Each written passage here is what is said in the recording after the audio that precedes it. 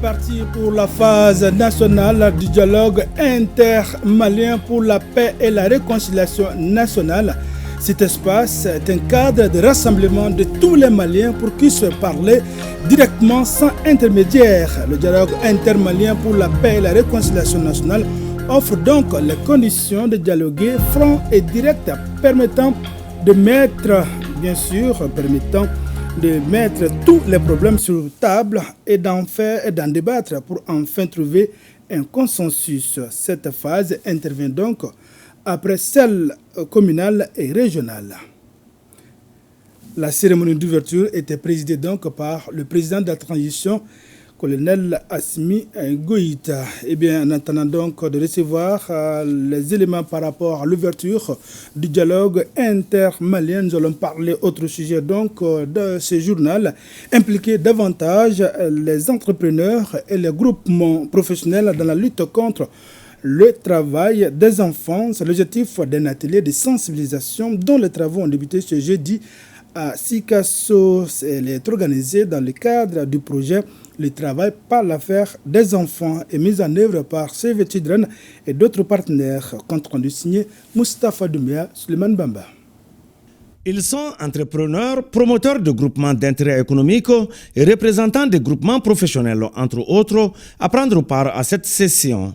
Une journée de sensibilisation des syndicats et des plateformes sur le travail décent dans le cadre du projet TPAE, le travail par l'affaire des enfants de Save Children. L'objet, c'est de les informer, de les sensibiliser davantage afin que, une fois au retour dans leurs entreprises respectives, en fonction des conventions ratifiées par le Mali, notamment la convention 182 sur les pures formes de travail des enfants, la convention 138 sur l'âge minimum d'admission d'un enfant à l'emploi ou à la formation, de bien respecter ces différentes conventions au sein de leurs entreprises. Au cours des échanges, il sera question du concept de travail des enfants, le rôle de l'inspection du travail dans la lutte contre le travail des enfants et la protection sociale en lien avec les droits de l'enfant. On estime qu'entre 20 000 et 40 000 enfants travaillent dans le secteur des petites mines d'or au Mali. Beaucoup d'entre eux commencent à travailler dès l'âge de 6 ans. Ces enfants sont soumis à certaines des pires formes du travail des enfants, ce qui entraîne des blessures, l'exposition à des produits chimiques toxiques et même la mort. Ce projet cadre parfaitement avec les engagements pris par l'État du Mali et ses partenaires à travers la signature et la ratification d'instruments qui affichent clairement les droits de l'enfant comme une priorité politique. Il reste toutefois beaucoup de choses à faire pour réaliser pleinement ces droits. Améliorer l'accès à la santé, l'éducation, réduire la pauvreté, le travail des enfants. Le projet Travail par l'affaire des enfants est financé par le ministère néerlandais des Affaires étrangères. À Caille, fin vendredi de l'atelier d'élaboration du plan de contingence multirisque. Elle est organisée par la Direction générale de la protection civile avec l'appui financier du projet Hydromet Mali. On en sait plus avec Kabadjara. Organisé par la Direction générale de la protection civile avec l'appui technique et financier du projet Hydromet Mali, cet atelier d'élaboration du plan de contingence multirisque de la région des Cailles a pour objectif d'anticiper sur les scénarios de crise, d'estimer les impacts potentiels, d'inventorier les moyens disponibles de l'État et des partenaires entre autres.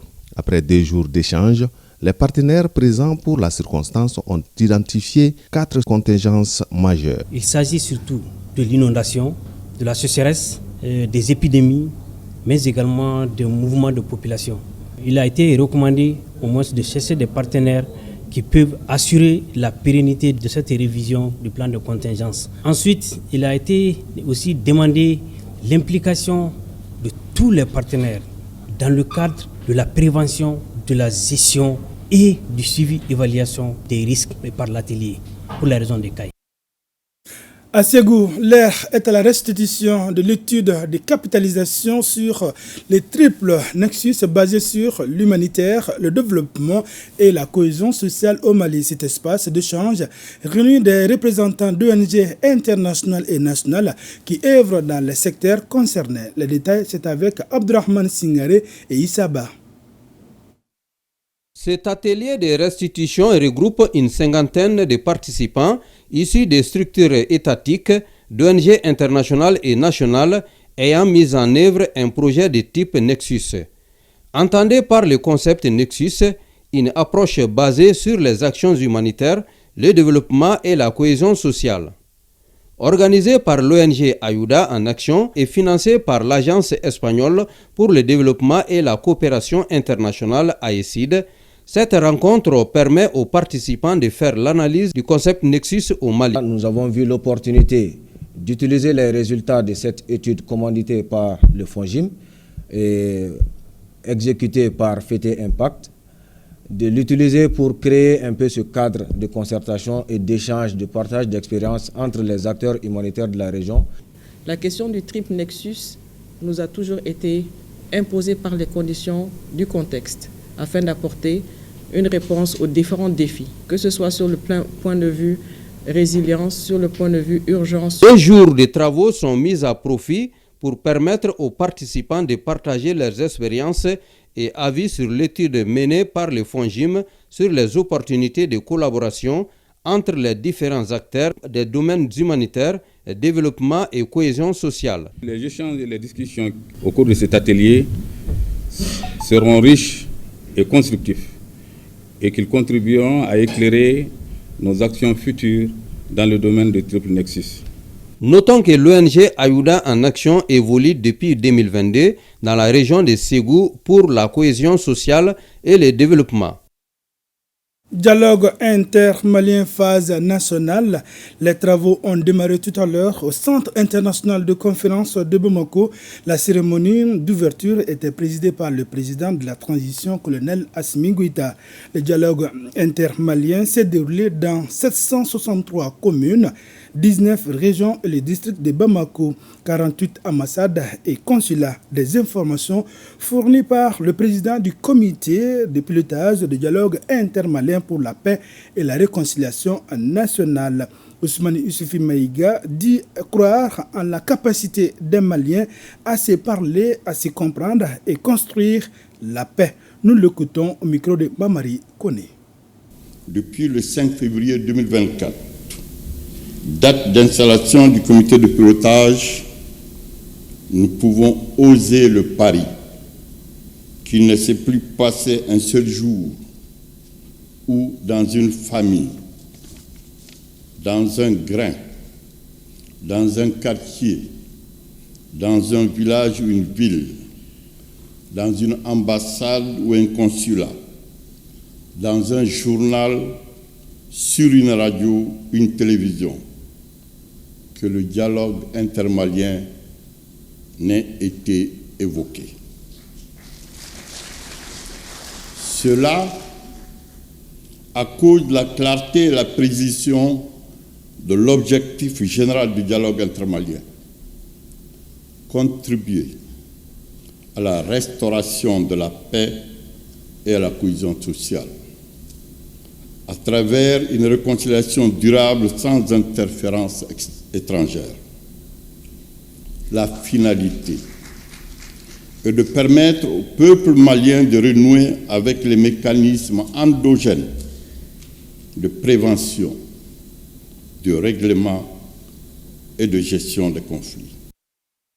Eh bien, le chef de l'État a salué la méthode imprimée au dialogue par les membres du comité de pilotage du dialogue intermalien pour la paix et la réconciliation. Je vous propose d'écouter un extrait du discours du président de la transition, des propos recueillis par Sira Bachili.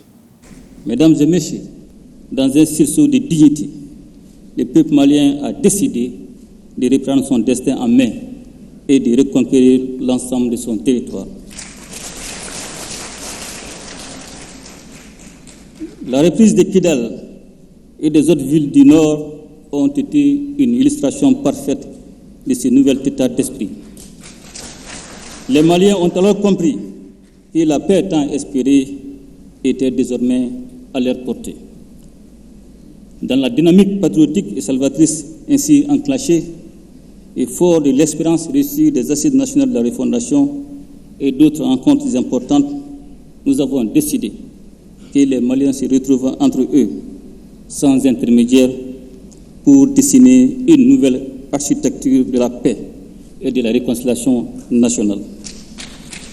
Fondée sur nos réalités, nos valeurs et nos intérêts propres, inspirés par les 3 principes qui guident désormais l'action publique dans notre pays, à savoir le respect de la souveraineté du Mali, le respect des choix stratégiques et des partenaires opérés par le Mali, la défense des intérêts du peuple malien dans les décisions prises.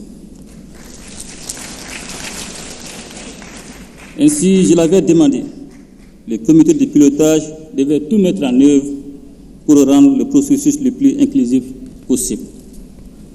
Mesdames et messieurs, je me réjouis de constater que la méthode imprimée au dialogue par le comité de pilotage a obéi aux exigences liées à ces enjeux, à savoir la paix durable, l'apaisement des guerres et la mise en place des bases d'un développement dont les fruits devraient être profitables à toutes les Maliennes et à tous les Maliens. En effet, il me plaît de signaler tout d'abord que dans son règlement intérieur, le comité de pilotage s'est obligé au respect de la diversité d'opinion et de la liberté d'expression, à reconnaître et à respecter la diversité culturelle et linguistique des participants, et également à l'interdiction de toute forme de discours haineux, injurieux ou discriminatoire. Ensuite, la forme ascendante du dialogue, du niveau communal au niveau national, en passant par les régions, le district de Bamako et les représentations diplomatiques et consulaires, devrait avoir pour effet de permettre à tous les Maliens de s'exprimer. Enfin, je relève que le dialogue a privilégié les discussions sur les thématiques concrètes ayant un lien direct avec tous les aspects de la vie socio-économique et culturelle des Maliens, à savoir la paix, la réconciliation nationale et la cohésion sociale, les questions politiques et institutionnelles, l'économie et le développement durable, les aspects sécuritaires et de défense du territoire, la géopolitique et l'environnement. Mesdames et messieurs, aujourd'hui plus que jamais, notre peuple, dont je salue encore et toujours la résilience, a besoin de plus d'unité et de solidarité. C'est seulement à ces conditions que nous réussirons à vaincre l'adversité et à gagner la bataille du développement profitable à chacun des Maliens. Dans ce combat historique, le peuple malien compte d'abord sur ses propres forces, mais il peut également compter sur l'accompagnement des partenaires sincères et sur une dynamique d'intégration réelle portée par les peuples qui se met en place dans le cadre de l'Alliance des États du Sahel. Mesdames et messieurs, je suis convaincu que l'esprit de franchise et de patriotisme qui a prévalu au cours des phases précédentes sera de mise durant la présente. Au demeurant, je vous exhorte à renforcer cette posture afin que les synthèses qui seront faites des débats des différents niveaux puissent refléter les avis, préoccupations et recommandations formulées par les Maliennes et les Maliens. En somme, c'est l'esprit du Malikoura qui devra nous guider tous pour mener à bon port le grand bateau du dialogue intermalien. Eh bien, la rédaction reviendra très largement sur le démarrage de la phase nationale du dialogue intermalien dans une édition spéciale, d'abord à 19h dans Donkibarou et à 20h dans la grande édition du soir. C'est ça une présentation de Khadijatou Kone. À Koulikoro a lieu jeudi le lancement du projet Connais-tu le code de la route et les gestes de premier secours. L'activité entre dans le cadre de la dynamique de la traditionnelle journée dédiée à la sensibilisation des jeunes du Méguétan. L'initiative aide la Jeune Chambre internationale de Koulikoro. Brema Keïta. Selon Mamoutou Degouga, président local de la Jeune Chambre internationale, l'exécution de ce projet est d'une importance capitale. Connais-tu le code de la route et les gestes de premier secours est un thème qui a tout son sens. Les taux d'accident qui gonflent de jour en jour, raison pour laquelle la Jeune Chambre internationale Koulikoro a initié le projet. L'appel que je peux lancer, moi, en tant que président de la Jeune Chambre internationale Koulikoro, c'est de les faire venir voir l'activité d'abord, suivre avec intérêt, aller dans leurs familles respectives pour être des ambassadeurs. La Jeune Chambre a jugé nécessaire de tenir cette journée afin d'attirer l'attention des jeunes qui sont la couche la plus touchée par les accidents de la circulation. Initier de tels projets pour sensibiliser les jeunes, pour les éduquer, pour les faire comprendre qu'en cas d'accident de la circulation, en dehors même de la première victime, généralement, les usagers de la route sont les premiers intervenants sur les lieux d'accident. Ces gestes de premier secours peuvent en réalité sauver des vies humaines. Comme on le dit, celui qui conduit lentement arrive sûrement. C'était là un reportage de Birama Keïta. Avant de refermer ce journal, retenez que c'est parti pour la phase nationale dialogue intermalien pour la paix et la réconciliation nationale. De ces assises, il est attendu des recommandations fortes pour enfin une paix durable au Mali. Les travaux prendront fin vendredi. Ainsi prend fin cette édition. À demain, Inch'Allah, même heure, même plateau et pour d'autres informations.